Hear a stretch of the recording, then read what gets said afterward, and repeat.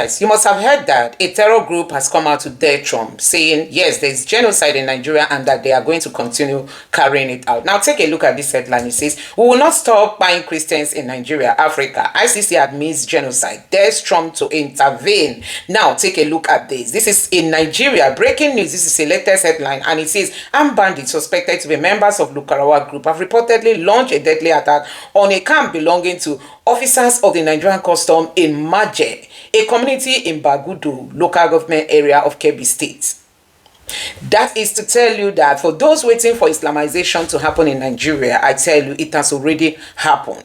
Now, an Islamic group has come out to dare Tinubu to sack the newly appointed INEC chairman because he once wrote a paper they claim to be anti-Muslim. Now, take a look at this headline. It says, the Supreme Council of Sharia in Nigeria has urged President Bola Tinubu to review the appointment of Professor Joash Ojo Amipitan, a chairman of INEC, following allegation that he once authored a divisive and anti-Muslim legal paper. Can you imagine? They are now the ones instructing Tinubu on what to do. To even shock you that the registrar of JAMB has also been caught in all this. Take a look at this. The registrar of JAMB came out to make a statement saying that the Islamic Council is not in support of what Trump is saying. Now, this headline here says, the Nigerian Supreme Council of Islamic Affairs has dismissed allegation of Christian genocide in Nigeria, describing them as false, dangerous, and politically motivated. So, guys, this is the same registrar. Under his leadership, students from the southeast were massively failed in the last JAMB. So, guys, I'm beginning to connect the dots. So you can imagine, upon all the videos, evidence, you must have also heard that since after Trump made a statement of coming out to wipe out terrorists in Nigeria, guess what? These bad guys have been going on a killing spree. You need to go to the north and see the recent things that they've done using machetes, to do whatever they did. There are things you're not allowed to be saying here. So, guys, you need to see what they did. Just the videos that were circulating and images circulating yesterday on the social media, you won't be able to use your eyes to behold it. And all this happened in Christian communities. So, guys, this is what is happening, and these people are not trying to call a spade a spade. Now, I'm going to allow you to take a look at what a security expert and advice he has for Tinubu. He said Tinubu knows what to do, but he's afraid because of 2027, and he has a very powerful advice for the Tinubu's government. Take your time, watch these videos, and let me know your thoughts in the comment section below. Please don't forget to subscribe and turn on the bell notification. Now, take a look. Going forward with the intervention of Mr. Donald Trump, the President of the United States. So I'm engaging two important experts, strategists, and analysts to help us sort out the issues. Returning back to Inside Sources, I have here with me to my immediate right, Dr. David Okoro, a security strategist. Doctor, welcome back to Inside Sources. Thank you. All right. And to my far right, also returning back to Inside Sources for quite a while now, Mr. Adamu Gaba II, Global Affairs Analyst and an APC chieftain. Adamu, welcome back to Inside Sources. Thank you for having me. It's been a while, actually. Yes. So let's start with you. Okay. I want you to look at the political dimension. You are a politician, but you are also a global affairs analyst. What do you think the president should do going forward? You have a situation where this matter of the killings in the country has become a global concern. The man that has the biggest microphone in the world, Mr. Donald Trump, has spoken about it. What should the president do? Thank you for asking this question. I think from my own perspective is that we have to really look at our internal assets properly and reorganize ourselves. First and foremost, by stop denying the obvious, because the issue of genocide has been established by the US. If Nigeria refused to do so, they have done their fact-finding and have established. In fact, just yesterday, a resolution was passed in the Congress that they condemn what Nigeria is doing. Right. And at the same time, they also supported what Donald Trump has done for designated Nigeria as a country of particular concern. So in this case, we have a responsibility to reorganize ourselves, accept these our weaknesses, accept also the weaknesses that is happening within our intelligence and security architecture, and then work jointly, responsibly with the United States government to see that we take ownership of the issue and then take the driver's seat to fix the problem. But the situation whereby we kept denying the obvious, because it is only going to exacerbate the situation that may go beyond our control. And if you check, we have international assets. Like even within the government, we have one big boy opinion that we don't amplify. And that's that of the Senate President. The Senate President was vehemently against the situation. If you notice, he was consistently saying we don't want to infuriate Donald Trump further. Yeah, it makes sense. And his deputy said, "What do you mean?" So look at the deputy. The response of the deputy president was reckless. You can't have America on your tail. Nobody wants America as an enemy. Even the superpowers like the China and the Russia, they don't want America as an enemy. So we don't need to attract the wrath of the superpower. So what we need to do is to conciliate them. We avoid this confrontational approach by leveraging on collaborative approach to see that we bring the end of this issue. Dr. David, you are a security strategist, and I wanted to pose to you a strategic question, in your opening comments, if you can accommodate it. To what extent do you think we need to use the kinetic approach to just go ahead and destroy these people? We have inside information that there has been a contention between our military chiefs and some of the political appointees. Why the military chiefs have been saying that, look, let's take out this guy. It was even in the press at the point that Bello Toji, they had him in their range, but they got our word to stand down. So as a strategic expert yourself, as a strategist in security matters, isn't it time to just, first of all, silence these people? What's your view? Well, thank you for having me. I think that it's a pretty straightforward problem. What Donald Trump is saying is not that he's going to come and invade Nigeria tomorrow. He says that there are security problems in Nigeria that have the capacity to affect the other parts of the world, and that the Nigerian government doesn't seem to be doing enough to address it over a long time. And he says, if you don't address these issues, we will come in and help you to address it. And that then takes me back to some of the problems that we have, which you brought on. The Office of the National Security Advisor seemed to have taken this issue of non-kinetic or negotiation to a national security policy level. That now, instead of using the strong arm of government, you have a military, for goodness sake, because of times like this. Right. And the military are not known for negotiation. The military fight. That's where you hear of war college. Yeah. So the military fight, that's their responsibility to defend the territorial integrity of a country. And in defending territorial integrity of a country is not done through non-kinetic or negotiation. There is a level for non-kinetic, but there's also a level for kinetic. The kind of situation we have in Nigeria requires the strong arm of government. In a situation where some group of people not only kill people, they have shot down at least 2 military aircrafts. In Zamfara State, some years back, I can't put my finger on the actual year, they shot down these same people you call bandits. They shot down a fighter jet, a military fighter jet, during the government of Buhari. Under this government, in 2023, August, some bandits in the Kotagora area, that area in Niger State, yes, they ambushed specially trained. There are some group of in the military that are special forces, right? They are specialty. Just you talk about Navy SEALs. Right. Nigeria had people that were trained as rangers. They were ambushed and killed. About 22 of them or so. Wow. And when an aircraft was sent to go and evacuate their bodies, that aircraft was also shot down by bandits, and the bandits went straight to the aircraft and killed those who were surviving there. Right. And when that happened, the Niger State governor was levied with rage. He came to Abuja to ask for the military support to crush those forces.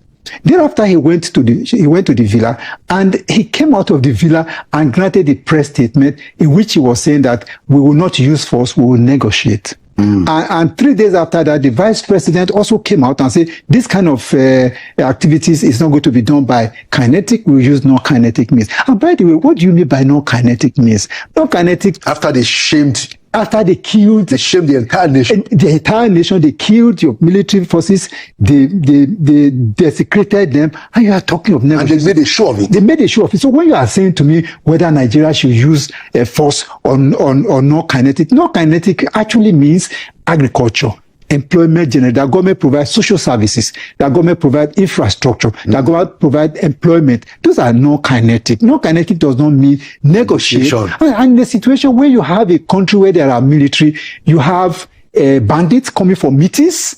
And in those meetings, there are soldiers, there are police and all that. And bandits come with very sophisticated military equipment to come and negotiate. It's like rubbing to your face that your country is gone. So the question, the point I want to make is the president needs a courage. He needs to exert that courage, that he is the supreme commander.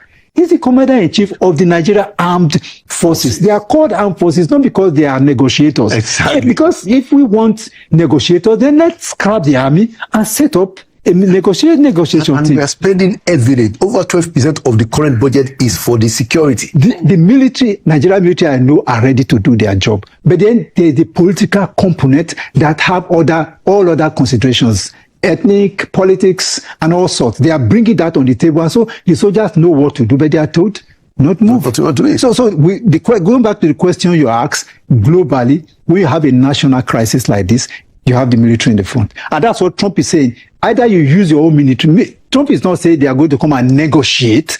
They say they are going to come and use the American strong arm. So you better use it. Yes. So for me, I think that we should support the president across party line. Whether you are APC, PDP, or whatever, we must support this president. Whether we are Christian, Muslim, whatever, we must support this president to instruct his military to ensure that they take that step we need to deliver this country. Do you know why you are talking about negotiation or not? This insecurity thing is spreading. The last time we are aware of activities of terrorists, they've taken over most of Kwara State. They are in Udo and Osun State.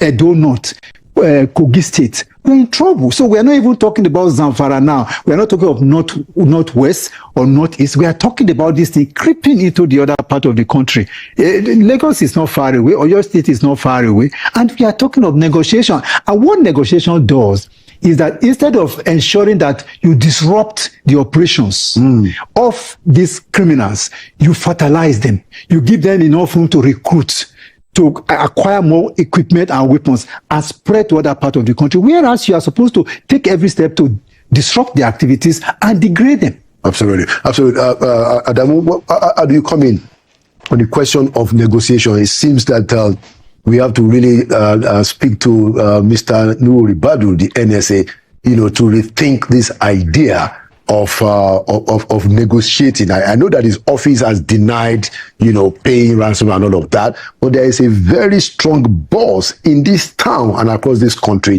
that those bandits are being treated with kid gloves. So what's your take?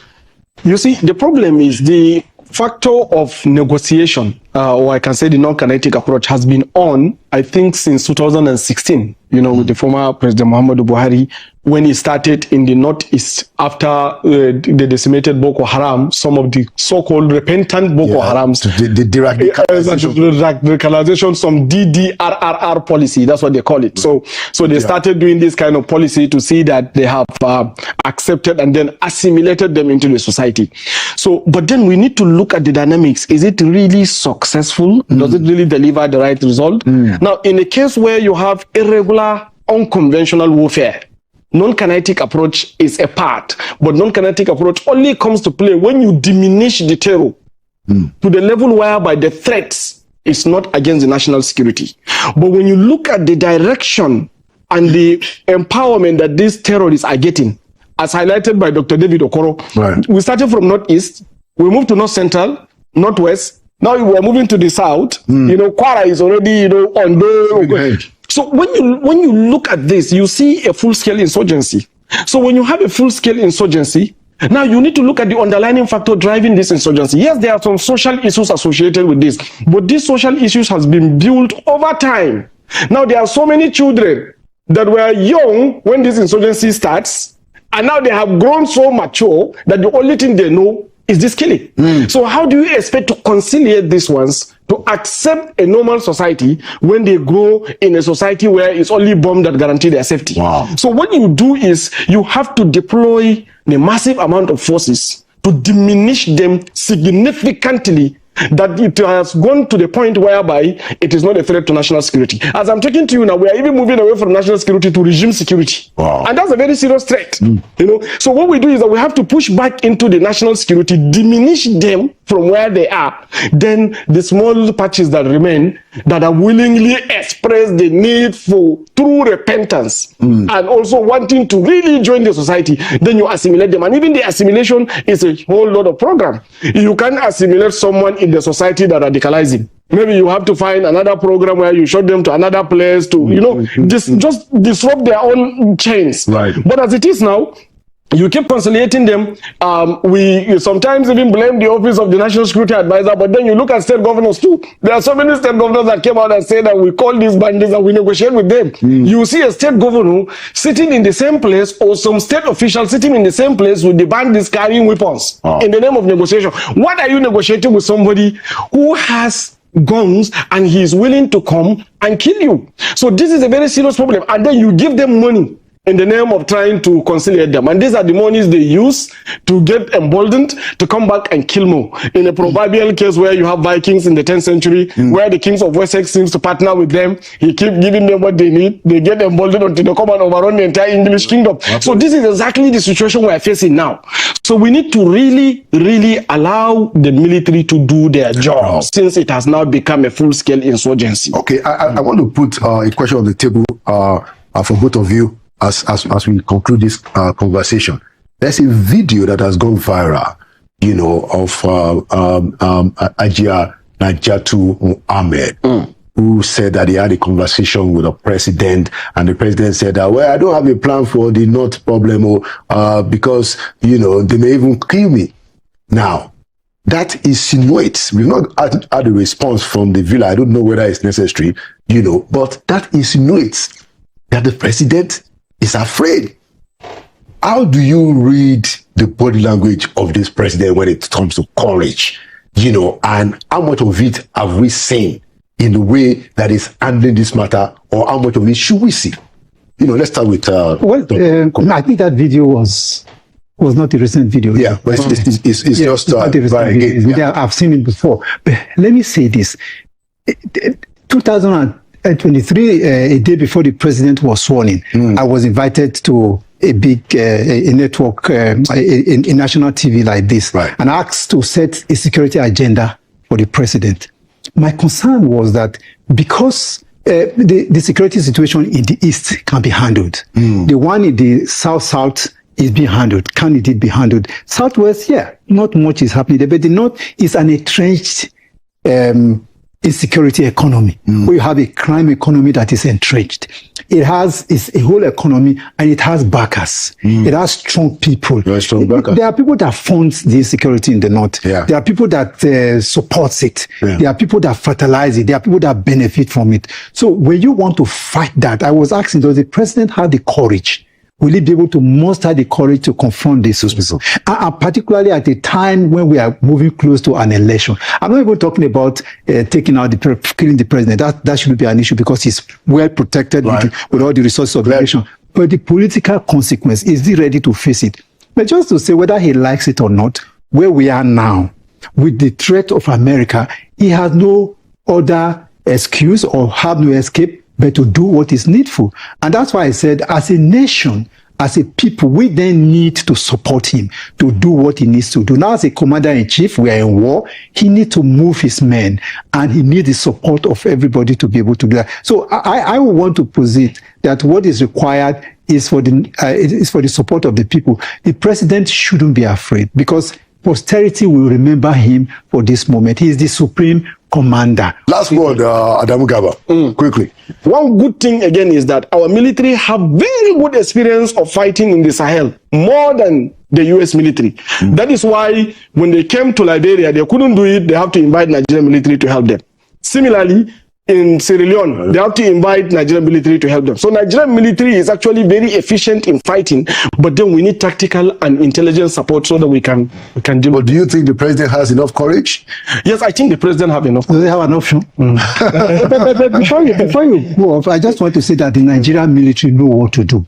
Give them the responsibility, give them a free hand, they will do it. We don't need Americans to come and help us. Exactly. Nigerians can protect and defend Nigerians. So the president should take responsibility and give the instruction, and it will be done. Thank you so much. And I agree that I will be surprised if this man is not courageous. You know, whatever you say about Bola Ahmed Tinubu, I think you cannot take away his courage. And Mr. President, you know, the time has come for you to show us that you are indeed a man of courage. And like Dr. Okoro said, there's no option on the table. There's no option. The commander-in-chief. Yeah. Thank you so much, Adamu Gaba and Dr. David Okoro, for your analysis and for your contribution. And thank you for coming to Inside Sources. Thank you very much for having us. I appreciate it. Now, let's take more reactions from Nigerians. I'm going to be reading out some of these reactions.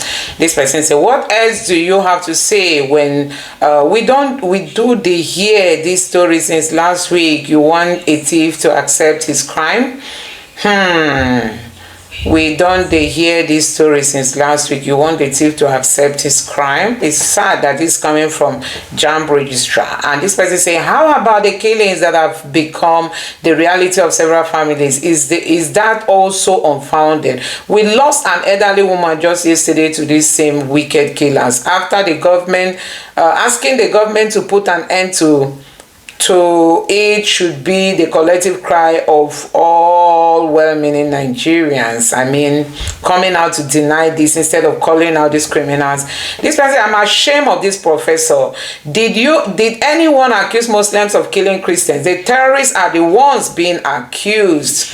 We are just wondering why a professor is coming out to defend these Christians, you know, these Muslim killers. This person said the current JAMB registrar is only the secretary of the general organization. The head of the Islamization itself is the current sultan. So why did you use the JAMB registrar's photo? He's the one that spoke. He spoke. Let me just write here, go to Channels Television and watch him there. It's really, really sad, honestly.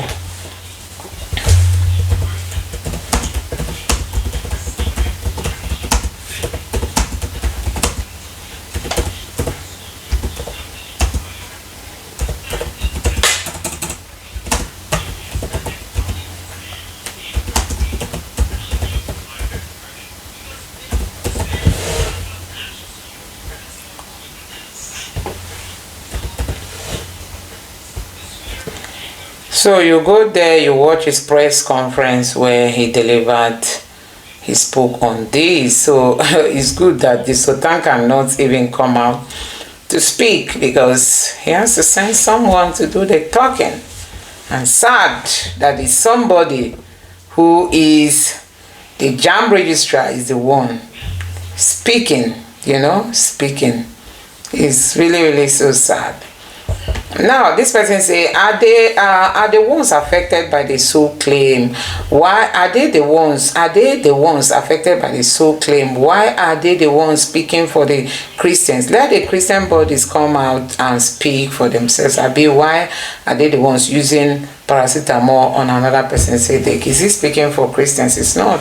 He's saying that there's no Christian genocide. This person is saying, this organization is firing back. Christian genocide claim false, dangerous, pure genocide, poison. Bandits don't discriminate. Time to unite the real enemies, not each other. Nigeria's strength is in solidarity. No smear. Who is bridging the divide? This person say focus on the extremists and terrorists using Islam to propagate falsehood and killing in the country. Instead, I expect the body, if it's really supreme, to have declared jihad against Boko Haram, ISWAP, and other terrorist organizations using this this Islamic to perpetrate evil, using Islam to perpetrate evil. And this person say, you people have mission. After fighting with Trump, you people will know how killing some, how you people will know that killing some you did not create is evil.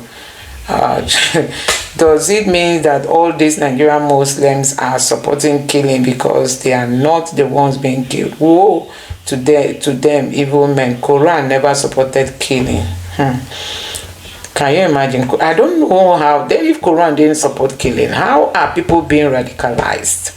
How? How? Terrorists denying terrorism. Terrorists denying terrorism against Christians and indigenous Muslims. Their plan will fail. Terrorists denying terrorism against Christians and Muslims. Leaders always deny what makes them look bad. Truth doesn't need defending. Only lies do. When they will start asking the right question. I don't blame you people. When coppers were set on fire in their lodge over there in the north, in northern Nigeria, I don't know how many of you are brothers and sisters that are there.